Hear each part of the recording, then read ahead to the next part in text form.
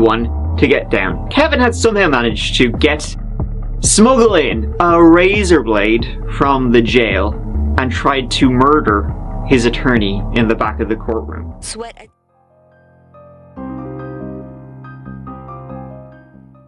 This video out of Oregon is wild. It all went down a half hour west of Portland, where a guy was due in court. This gentleman was on trial, starting his trial. They were actually starting the jury selection process this morning. As seen in this surveillance video, police escort the guy into the courtroom after taking a bathroom break, and shortly after, an officer takes him out of his handcuffs and then removes his leg restraints. You might guess where this is going. The guy then casually stands up and bolts out of the courtroom. He makes his way down the hall as the officers pursue on foot. The guy gets in the way of someone in another part of the building as he makes his way to an exit. A woman kind of tries to stop the guy as he rushes out of a door, but he gets away as officers lag behind. You can even see the guy going out some doors marked staff only. The guy's bold escape led to an intense pursuit where police set up a local perimeter and pursued the guy with search teams, police dogs, and drones. Cops spotted him twice, but he was able to get away each time, and locals were understandably spooked. Oh my gosh, that's scary. That's really scary. I just want to go home. That's bad. Over the course of a 2-hour search, police received a tip that the guy was hiding out in a nearby apartment building, and police say they were able to find him hiding underneath a blanket in an empty apartment. Thankfully, the guy was then taken into custody. He was facing trial over an incident in 2021 when he allegedly stabbed a family member to death and then attacked another person before cops got him in cuffs. If you're wondering why he was taken out of his cuffs in court, it's because of an Oregon state law that requires the accused to appear unshackled before the jury so their decision isn't influenced by the restraints. Police say the 28-year-old suspect's original trial on multiple charges, including second-degree murder, will be rescheduled, and he's now facing an additional charge of second-degree escaping plus burglary for breaking into the empty apartment. It's worth noting that scientists say hiding under a blanket makes people feel safe, though it might not help you get away with murder. Man, shout out to Greg over at Crime Line. It's good to know that they caught this guy just because he stabbed a family member like that and then attacked somebody else trying to, you know what I'm saying? Like, they can't be having no guy like this out here. And how was he able to slip away from the police officers twice? That's crazy. I just don't see how. But they got him. That's all that mattered. He definitely shouldn't get away this time. Kevin had somehow managed to smuggle in a razor blade from the jail and tried to murder his attorney of July. So 2 weeks after she was actually last seen, ramping up the old investigation, the first people the police went to speak with was her fiance, Ashley's fiance, a guy named Kevin Sweat. He was questioned about the last time he saw his girl. See, when Ashley's mother told the police about the last time she spoke with her, that was the 15th of July, Ashley said her and Kevin were going to Louisiana to get married. See, Kevin and Ashley were high school sweethearts. Is Kevin her fiance? A Kevin who never missed a day's work, never took any time off, because it seems like there was no trip to Louisiana at all. And so, it was Kevin who said he had last seen her on the 17th of July on the side of the road. Is that they were driving southbound, going to Louisiana, yeah lads.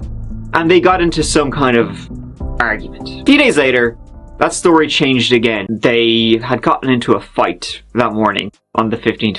A physical fight as they were driving. They pulled over to a lake.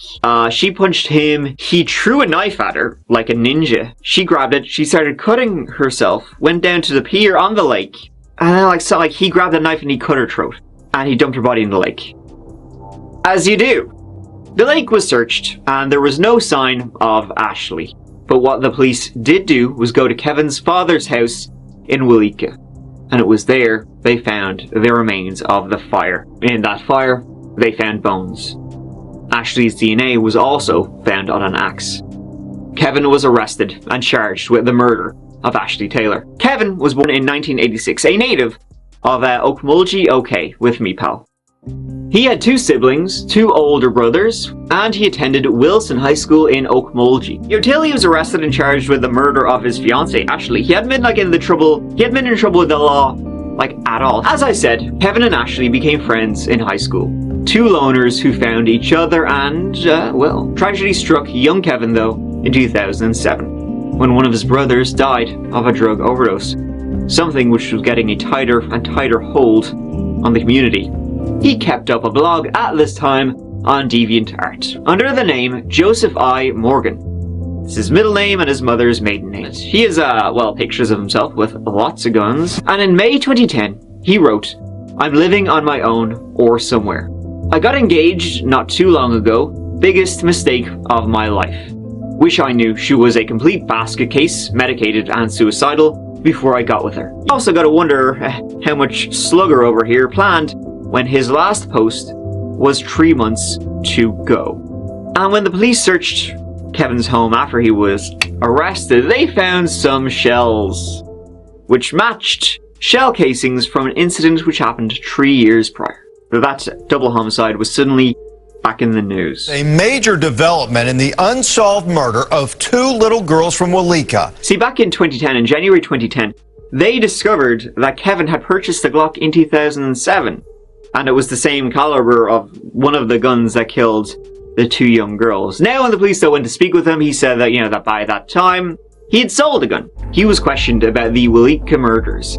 The girls say something? Did the girls throw something? Or what happened? What happened that day that set you off? There would be no point of shooting kids.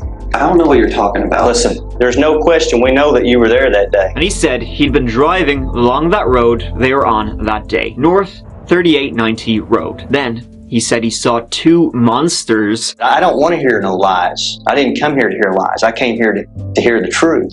I'm guessing it was mental issues. I thought I was seeing shit. Okay, so you saw 2 demons. Is that what you're telling me? Mm-hmm. 2 demons, he said, were just racing at him. So he got one of the guns out, started blasting. Kevin Sweat was escorted out of a courthouse in Okemah after being inside only a short time. Sweat has been charged in the murders of 2 Walika girls, Taylor Paschal Placker and Skyla Whitaker in 2008, but was already accused in the murder of his ex-fiancée Ashley Taylor. The death penalty was on the cards for all the killings. Just a few short days before the trial was due to start, he pleaded guilty to all the murders. He wanted to avoid the death penalty because he knew he would get it.